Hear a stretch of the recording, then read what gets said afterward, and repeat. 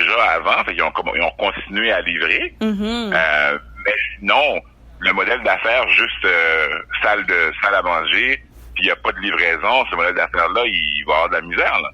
Fait que, mais qu'est-ce qu'on doit dire aussi, c'est qu'il va y avoir des changements dramatiques. Je regarde, moi, maintenant, le e-commerce, comment ça va vite, tu commandes aujourd'hui, tu la commandes le lendemain, là.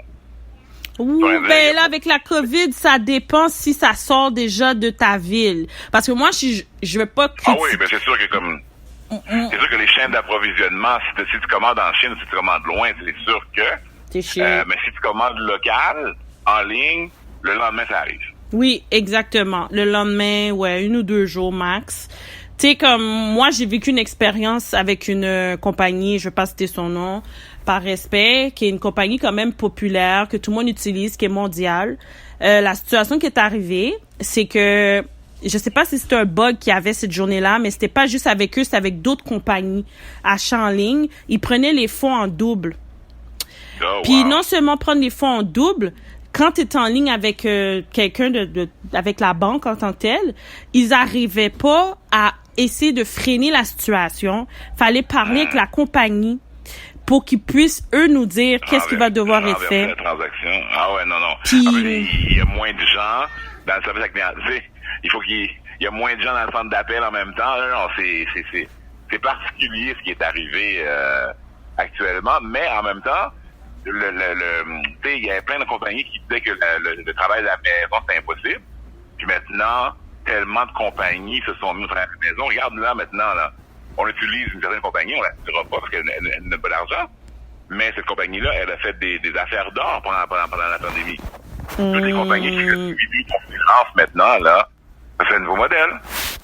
Ça veut dire, les webinaires et tout ça vont exploser par rapport à des cours donnés en salle. Fait que tout ça, c'est la nouvelle économie qui va émerger en tant que telle sous les cendres des anciennes compagnies. Donc, est-ce que tu penses que c'est un revirement de position qui va être possible? Exemple, les commerçants étant plus aînés vont devoir s'adapter à la nouvelle technologie ou ils vont embaucher des jeunes pour pouvoir soutenir la nouvelle technologie? Ah, ben écoute, ils vont devoir embaucher des jeunes, là.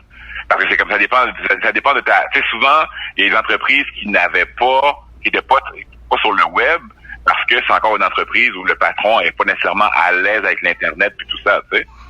Fait que là, maintenant, ces entreprises-là vont devoir...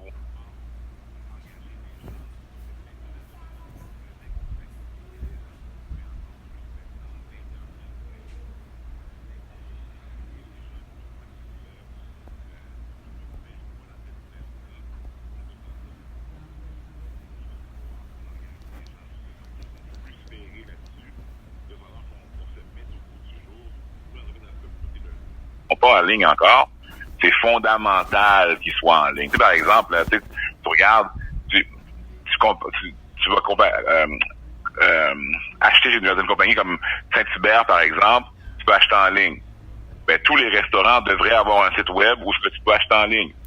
Mais il y a Uber tous les qui est là. restaurants devraient être sur les plateformes. Uber Eats, Skip the Dishes, Oui, DoorDash. Oui, mais ce que je veux dire, c'est que quand tu passes ta commande, tu devrais pouvoir passer ta commande directement sur le site de la compagnie pour qu'ils puissent te livrer. Après ça, tu décides si tu fais affaire avec Uber Eats, DoorDash, c'est pas cette compagnie-là. Mais ce que je veux dire, c'est que tous les restaurants maintenant devraient avoir une plateforme en ligne. Ça ne peut pas être en 2020 puis pas avoir de présence en ligne. Ça se peut pas, là. Ça fait pas de sens parce que avec la technologie puis la pandémie, même si selon moi, je donne mon opinion puis c'est juste mon opinion. Je trouve que tout ça était déjà planifié pour nous formater aux nouvelles ères, aux nouvelles tendances à venir, les nouvelles règles. Parce que ils ont étudié le monde, malgré qu'ils avaient déjà fait l'étude il y a 3 ans, parce qu'on a déjà été avec le email transfer. Après, pas l'email transfer, il y avait différentes choses qu'on pouvait faire des achats en ligne par d'autres alternatives. Puis là, je doute qu'ils ont étudié pendant les 60-90 jours l'utilisation générale des usagers. Puis ils ont constaté que, même si c'est un moyen de contrôle, on va pas se le cacher, ils ont pu voir l'étude que, oui, on voit un tel pourcentage de consommateurs achètent en ligne. Et voici la rentabilité. Puis là, les grands puissants de ce monde analysent que oui, on va devoir fermer certains centres commerciaux, c'est plus vraiment utile. L'achat en ligne va être plus facile d'être accessible à tout le monde. Puis l'achat en ligne aussi, pour être d'accord avec toi sur un autre point, c'est 24 heures sur 24, 7 jours sur 7. Exact. Donc, il n'y a pas d'heure de fermeture, là, l'achat en ligne. Exactement. C'est juste au niveau de productivité, tes employés doivent être capables de répondre. Exact. Donc, sous cette optique-là, sincèrement, moi, je trouve que t'as apporté un point qui est... Il y a rien à dire de grave là-dessus. Puis que, selon toi, est-ce que tu doutes que la Chine a gagné la bataille de son évolution technologique face aux autres grandes puissances du monde? Oh, sacrifice. Ben, écoute, pour rester dans l'économie, là, ça nous a montré, cette crise-là nous a montré qu'il y a des pays européens et nord-américains qui étaient beaucoup à la remorque au niveau technologique. Ça a exposé des failles, je te dirais, dans les systèmes. Parce que tu regardes un pays comme la Corée du Sud, par exemple. On parle beaucoup de la Chine, on parle de la Corée du Sud. Comment la Corée du Sud a utilisé la technologie pour être en mesure de rapidement détecter des cas. Puis à cause de ça, il y a eu beaucoup moins de morts. Et à cause de ça, ils ont dû fermer l'économie beaucoup moins longtemps. Il y a beaucoup il y a beaucoup à apprendre. Puis on parle de la Chine, mais Taïwan, Hong Kong, le Vietnam, Singapour, la Malaisie. On parle jamais de ces pays-là vraiment. Puis c'est des gros producteurs. Oui, mais allez voir combien de cas de COVID qu'ils ont eu, comment ils ont géré la situation, puis vous allez voir que le monde n'est pas ce qu'on pense, là. Au niveau économique, au niveau technologique, le monde n'est plus ce qu'on pense.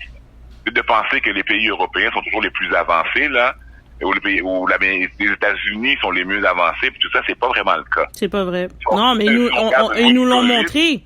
Ils nous l'ont montré. Écoute, on s'en doutait, mais là, avec le COVID, on l'a vu, là, clairement, ces économies-là ont mieux réagi à la crise. Il n'y a pas eu de confinement.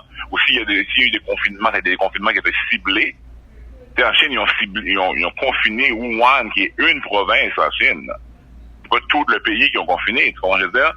Donc, l'impact, c'est beaucoup moins fait ressentir. Et je dirais qu'ils se positionnent pour le futur, parce que le temps que les économies européennes et nord-américaines reprennent le poil de la bête, ben, les économies asiatiques sont déjà prêtes, elles. Yo, c'est fou. Moi, on va voir, ouais. Moi, qu'est-ce qui m'a montré le point que tu viens d'expliquer de la dominance de la Chine en général, c'est dans l'histoire des masques.